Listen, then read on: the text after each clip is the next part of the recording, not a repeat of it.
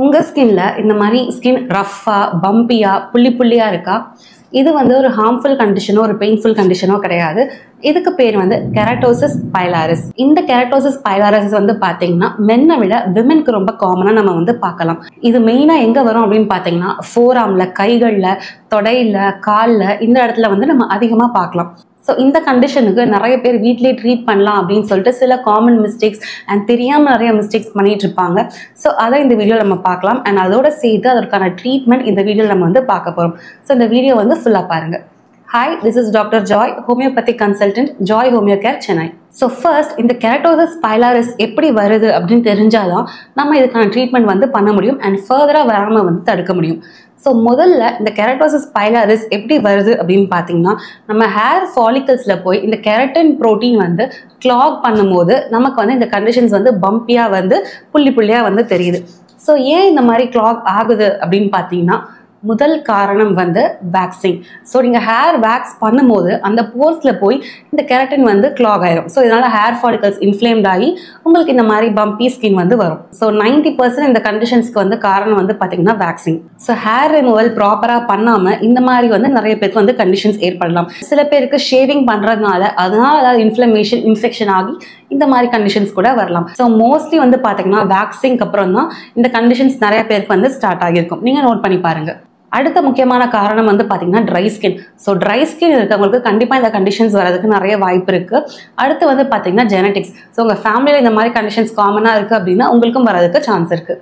So இதில் என்னென்ன common mistakes avoid பண்ணணும் அப்படின்னு பார்த்தீங்கன்னா, முதல்ல இதை நிறைய பேர் வீட்லேயே ட்ரீட் பண்ணுறேன்னு சொல்லிட்டு போட்டு ஸ்க்ரப் பண்ணுவாங்க. ஸோ சுகர், காஃபி அதெல்லாம் போட்டு லூஃபா இதுக்காக தனியாக இப்போ க்ளவுஸ் எல்லாம் வந்திருக்கு.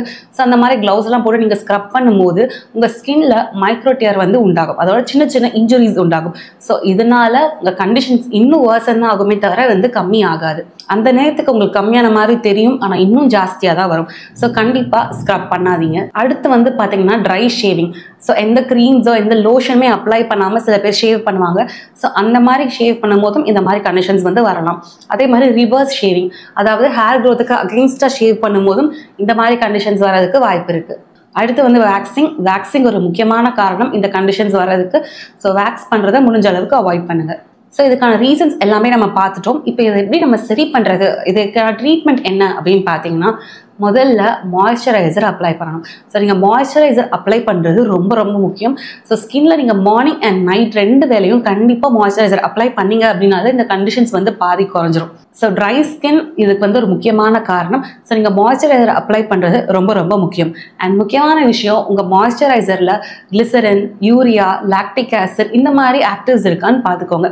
ஸோ இது என்ன பண்ணும் அப்படின்னு பார்த்தீங்கன்னா, உங்கள் ஸ்கின்னை ஜென்டலாக எக்ஸ்ஃபோலியேட் பண்ணி அண்ட் மாய்ஸ்சரைசிங் எஃபெக்டும் கொடுக்கும்.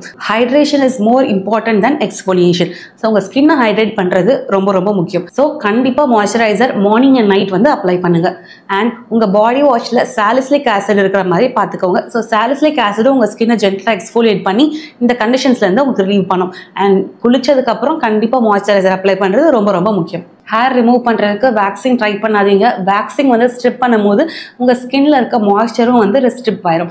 ஸோ கண்டிப்பாக வந்து உங்கள் ஹேர் ஃபாலிகல்ஸ் கிளாக் ஆகி இந்த மாதிரி கண்டிஷன்ஸ் வந்து இன்னும் அக்ரவேட் தான் ஆகும். ஸோ உங்களுக்கு ஹேர் ரிமூவல் பண்ணணும்னா கண்டிப்பாக லேசர் ஹேர் ரிடக்ஷன் ட்ரை பண்ணலாம். அப்படி இல்லை அப்படின்னா ஷேவிங் வந்து டுவர்ட்ஸ் த ஹேர் வந்து நீங்கள் ஷேவ் பண்ணுங்கள். ஸோ ஆப்போசிட் டைரக்ஷனில் ஷேவ் பண்ணும்போது உங்களுக்கு இன்னும் வந்து ஸ்கின் வந்து அக்ரவேட் தான் ஆகும். ஷேவ் பண்ணதுக்கப்புறம் ஆஃப்டர் ஷேவ் லோஷன் அப்ளை பண்ணுங்கள், இல்லை மாய்ஸ்சரைசர் வந்து கண்டிப்பாக அப்ளை பண்ணுங்கள். அண்ட் ரெகுலராக உங்கள் லோஷனில் வந்து கிளைகாலிக் ஆசிட் ஒரு லாக்டிக் ஆசிட் இருக்க மாதிரி பார்த்துக்கோங்க. அண்ட் கிளிசரின் வந்து உங்கள் ஸ்கின்னை சாஃப்டாக மெயின்டைன் பண்ணுறதுக்கு ஹெல்ப் பண்ணும். ஸோ இந்த மாதிரி மாய்ஸ்சரைசர் நீங்கள் வந்து சூஸ் பண்ணலாம். ஸோ இதை 1 மந்த் நீங்கள் கண்டினியூஸாக ட்ரை பண்ணி பாருங்கள். நீங்களே இதில் வந்து டிஃப்ரென்ஸை வந்து பார்க்கலாம். ஸோ கண்டிப்பாக ட்ரை பண்ணுங்கள்.